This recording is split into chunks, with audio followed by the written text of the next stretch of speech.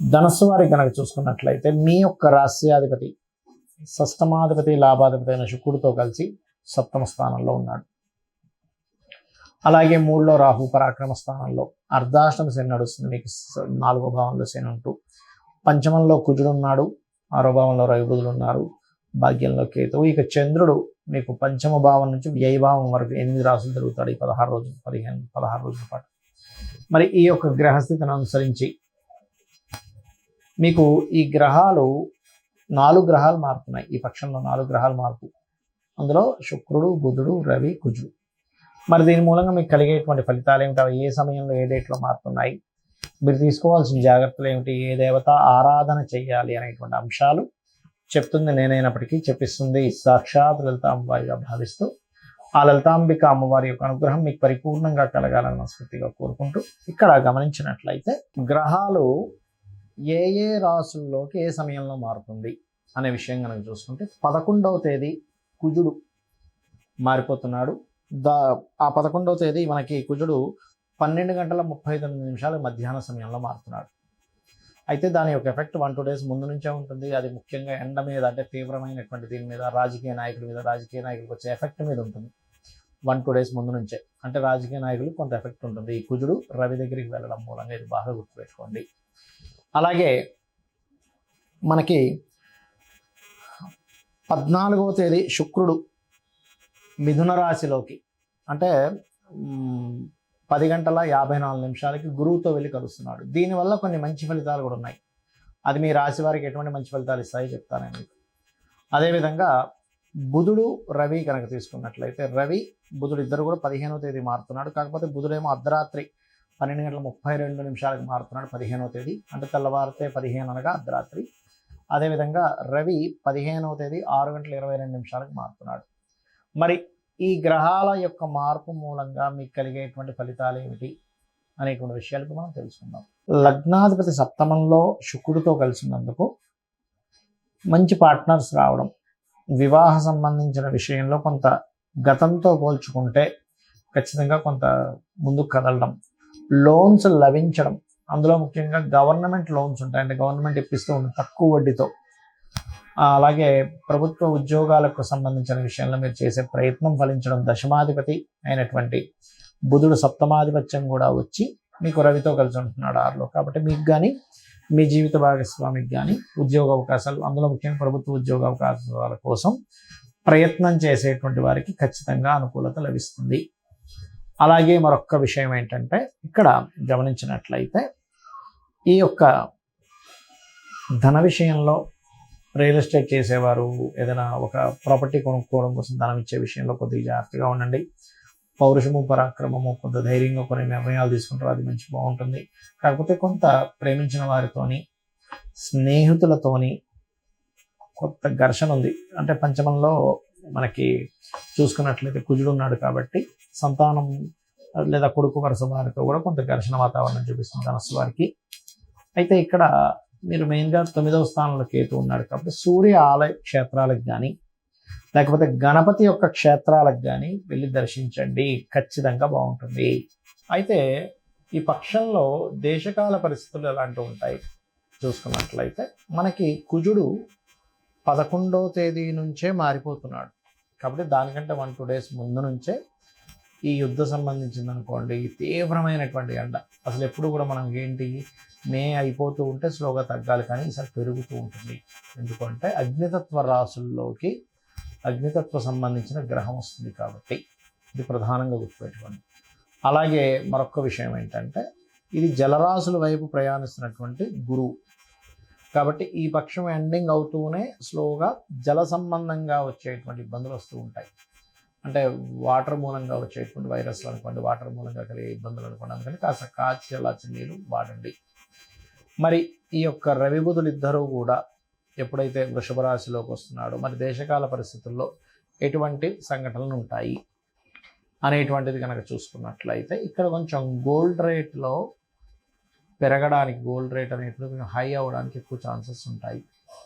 మరియు ఈ శుక్రుడు గురువు ఈ యొక్క సంబంధం ఏర్పడింది కాబట్టి ఈ క్రియేటివ్ రిలేటెడ్గా కొంత విద్యా సంబంధించినటువంటివి ఏవైతే ఉంటాయో, విద్యా సంస్థలు కానీ విద్యా సంబంధించిన విషయాలు క్రియేటివ్గా కొన్ని ప్రవేశపెట్టడం జరుగుతుంది. అయితే ఈ ఈ ముఖ్యంగా శని ఎప్పుడైతే మీనరాశిలో ఉంటున్నాడో, మీనరాశిలో ఉండేటువంటి శని గురువు యొక్క రాశుల్లో ఉన్నందుకు ఇక్కడ మొత్తం 5 రాశుల వారికి శని ప్రభావం ఎక్కువగా ఉంటుంది. ఎవరికి? మేషం వరకు 1 సంవత్సరం వరకు ఏలినాటి శని ఉంది. ఇంకొక సంవత్సరం అయిపోయింది కాబట్టి 6.5 సంవత్సరాల వరకు ఉంది మేషం వారికి. మీనం వారికి 4 సంవత్సరాలు, కుంభం వారికి 1 సంవత్సరం వరకు ఉంది.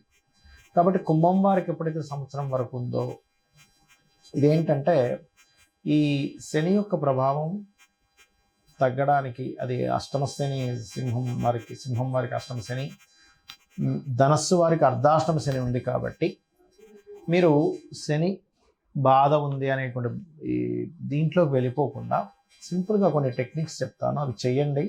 ఏ ప్రభావం ఉండదు. భయపడిపోయి అయ్యో ఏదో చేయించేసుకోవాలి, నాకు ఏది కలిసి రాదేమో అని భయం పడకండి.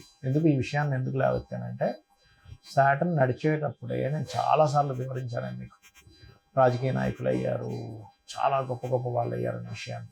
అదేవిధంగా కేవలం ఏలినాటి శని, అర్ధాష్టమ శని, అష్టమ శని కాకుండా మనకి కాలసర్ప దోషాలు ఇవే కాకుండా మన జన్మజాతకం అనేది ఒకటి ఉంటుందని కూడా చెప్పాను. అయితే మీకు ఏలినాటి శనికి సంబంధించిన, అర్ధాష్టమ శని, అష్టమ శనికి సంబంధించిన రెమెడీ మిగతా విషయాలు చెప్తాను. ఇక్కడ కొన్ని విషయాలు మీరు పాటించండి. నెగ్లిజెన్సీ చేయకండి. ఎవరితోనైనా మాట్లాడేటప్పుడు ఎక్కువ జోక్స్ వేస్తే అది ఒక్కొక్కసారి రాంగ్ దీంట్లోకి వెళ్తుంది, గుర్తుపెట్టుకోండి. అలాగే మరొక్క విషయం ఏమిటి అని చెప్పి చూసుకున్నట్లయితే, ఇక్కడ ఏ పని పోస్ట్పోన్ చేయకండి, బద్దకించకండి. మధ్యాహ్నం పూట నిద్రపోకండి. శనివారాల పూట ఒంటికి శుభ్రంగా నీట్గా ఒరిజినల్ నువ్వులు నేను రాసుకొని ఒక 15-20 నిమిషాలు ఉండి తర్వాత స్నానం చేయండి.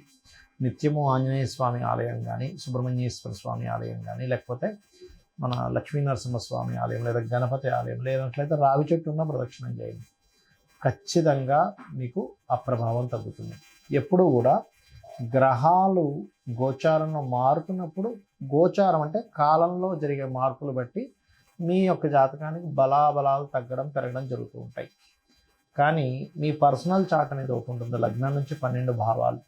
అంటే లగ్నం అంటే మీ యొక్క పర్సనాలిటీ, మీరు ఎందుకు ఎదగలేకపోతున్నారు, మీరు ఎందుకు ఇంత టాలెంటెడ్గా ఉన్నారని చెప్పేది. ధనస్థానం, ధనాన్ని ఇచ్చేటువంటి భావం ఎలా ఉంది, ధనభావము, పంచమ భావము, లాభభావము, భాగ్యభావాన్ని చూసి ధనం మీకు ఏ మార్గంలో వస్తుందో తెలుస్తుంది. అదేవిధంగా అన్నదమ్ములతోని లేకపోతే దాయాదులతో ఎందుకు శత్రుత్వాలు ఉన్నాయి, ఎందుకు మిస్కమ్యూనికేషన్ అవుతుంది అనేది 3వ భావం. 4వ భావం ఏదైతే ఉందో పర్టికులర్గా మీకు విద్యా సంబంధించిన, ప్రాపర్టీ సంబంధించిన, ఎప్పుడు కొనాలి, ఏ డైరెక్షన్ కొంటే మంచిది అనేటువంటి చెప్తుంది. సంతానం పంచమ భావము. 6వ భావం ఏదైతే ఉందో 6th హౌస్ అంటారు. ఆ 6th హౌస్ ఏదైతే ఉందో మీకు పర్టికులర్గా ఇచ్చేటువంటి రిజల్ట్, ఇది రోగస్థానంగా చెప్తూ ఉంటారు, పూర్వజన్మ కర్మస్థానంగా చెప్తూ ఉంటారు. కాబట్టి 6వ భావంలో ఏవైతే గ్రహాలు ఉంటాయో ఆ గ్రహాలకు సంబంధించిన దానం ఎక్కువగా చేస్తూ ఉండండి మీరు. అప్పుడు ఏమవుతుందంటే మీకు ఇబ్బంది అనేటువంటిది రాదు. ఇది బాగా గుర్తుపెట్టుకోండి. అలాగే 7వ భావాన్ని బట్టి మీకు వచ్చే పార్ట్నర్, మీకు వచ్చే జీవిత భాగస్వామి ఎలా ఉంటారు అనేటువంటిది. అష్టమాన్ని బట్టి మీ లైఫ్లో జరిగేటువంటి సంఘటనలు, ఆకస్మిక సంఘటనలు చెప్తుంది. భాగ్య భావాన్ని బట్టి మీ ఉన్నత విద్యలు, తండ్రి యొక్క స్థితి. దశమ భావాన్ని బట్టి మీ కెరియర్ గ్రోత్ ఎలా ఉంటుంది, ఎందుకు గ్రో అవ్వలేకపోతున్నారు. లాభభావాన్ని బట్టి మీకు జరిగేటువంటి లైఫ్లో పొందే సక్సెస్. 12వ స్థానాన్ని బట్టి మీ ఇన్వెస్ట్మెంట్స్ ఎప్పుడు చేయాలి, మీరు విదేశాలకు వెళ్తే బాగుంటుంది, ఇక్కడ ఉంటే బాగుంటుంది అని విడివిడిగా ఉంటాయి ఇప్పుడు ఆస్ట్రాలజీలో. అంతేగాని మూసగా ఎల్నాడిసి నడుస్తుంది కాబట్టి నాకేం కలిసి రాదు, కాలసర్ప యోగం ఉంది కాబట్టి నాకేం కలిసి రాదు అనేటువంటిది ఉండదు. అలా ఎక్కడా మహర్షి చెప్పలేదు. ఏ భావానికి ఆ భావం చాలా స్పష్టంగా ఈ భావానికి సంబంధించిన ఫలితం వస్తుంది కాబట్టి నీకు ఇలా జరుగుతుంది, ఈ భావానికి సంబంధించిన ఫలితం నీకు అంత బలంగా లేదు కాబట్టి నువ్వు ఇబ్బంది పడుతున్నావు, సో దానికి పరిహారం చేసుకునేటువంటిది ఉంటుంది. అయితే జాతకం తెలియదు, నాకేం అర్థం కావట్లేదు, నా రాంగ్ టైం ఉంది, నా టైం సరిగా లేదు అని అనుకునేవారు సింపుల్గా ఏం లేదు. రోజు నిత్యము ఉదయం నిద్ర లేచిన వెంటనే సూర్యుడికి అర్ఘ్యం వదలండి, లలితా పారాయణం చేయండి, నిత్యము ఏదైనా ఒక ఆలయానికి వెళ్ళడం చేయండి, ధర్మబద్ధమైనటువంటి జీవితాన్ని గడపండి, గోశాలకు వెళ్ళి గోసేవ చేయండి. చాలు. ఈ పనులు మీరు చేసుకుంటూ వెళ్తుంటే, గోవులో సకల దేవతలు ఉంటారు కాబట్టి సకల గ్రహాలు, సకల దేవత ఇవి పోతుంది. నిత్యము దేవతారాధన చేయడం వల్ల ఇంట్లో మీకు అక్కడ చాలా దోషం పోతుంది.